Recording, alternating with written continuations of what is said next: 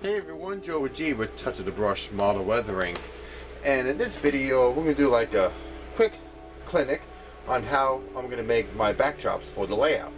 Now this is a simple Luan that you can get in, I would say, any hardware store, or Home Depot, Lowe's, or maybe Ace or True Value. On this side I created this this painting that will be on the opposite side, so when folks come in they will actually see this behind where we sit. And so instead of having just some ugly looking piece of wood, I changed this into a nice backdrop behind a backdrop. But we're going to make a nice clean blue sky for the backdrops for the layout. Since I'm going to have buildings and trees in front of it anyways, there's no need to go in detail and make those kind of mountains. Now you can, there's a lot of guys who do that and they're absolutely wonderful. I've done it in my O-scale layout that I own in a subdivision. But in this video we do something very simple, and it's so simple that all you need is some inexpensive paint. This is some Oops paint from Ace Hardware. This is some Royal stuff here. This is semi-gloss. Now I don't like the semi-gloss too much, but it's still it's basically only a couple of bucks, so you can't beat that. And what I'm going to do is, with the semi-gloss paint, I'm going to paint this all white. I'm going to do that now. Now I know everybody's going, well, why are you starting with white if you're painting a blue sky? There are a variety of different techniques you can use, and I've done all of them basically.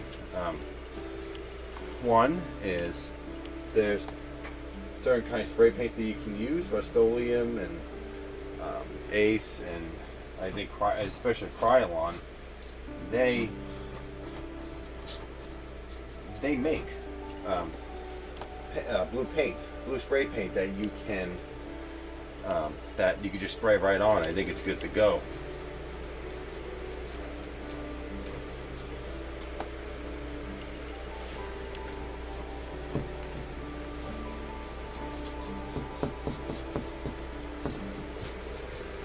Another way is mixing the blue paint by itself in the right color you want, and then going forward and just painting it on the backdrop.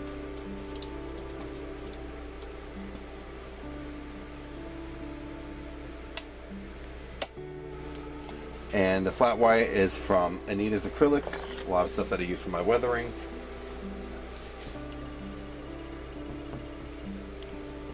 I want to add some flat because I don't want to have too much of a semi-gloss, and we don't want glossy, especially with pictures and stuff. And the blue I have isn't glossy at all, it's actually flat. The reason why I picked the semi-gloss is, well, that's what I have, but I'm like, well, that kind of stinks. I don't have any dull or flat white paint, but it's easy to clean when you do scenery work and all that, when you want to wipe it down. But we're going to seal this with a matte finish spray, so that way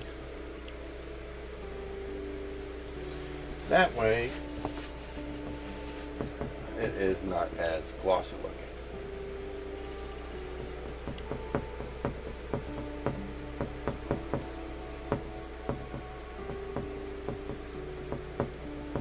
Even like that can be a little too dark. But I'm not really worried about too much here. There we go. So now that looks like something, right? So we're gonna kind of go to the side a little bit here, and I'm gonna do the same thing, but we gotta add more paint because this side already dry pretty much.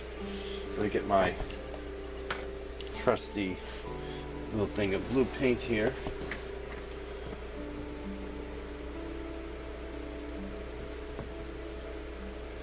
And the goal is not to make cumulus clouds unless you want cumulus clouds. Then they get a little more detail than what I'm doing. But this has some sporadic white represents some clouds here and there. That. Now your blue paint now has some character to it, not just some blue backdrop.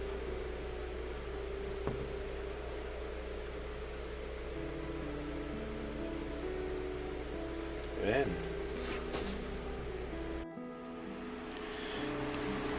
we now have the backdrops installed on the layout. That's the one we did, and here are the other two. You can see how that when you use the white paint over the blue and you sort of fade it in, that leaves a nice mist to look like clouds. And the bottom part I'm not too worried about because there will be a lot of scenery and structures in front of that, so it will block the holes. So going around this way, I did paint this wall and made some nice backdrops this way as well. Again, more structures and scenery would be on the bottom and the top layouts. And there's a quick one more sweep, and so it will look really nice. You can see the layout's a mess. I've been doing some track work, so everybody's getting a sneak peek of some further stuff, but there.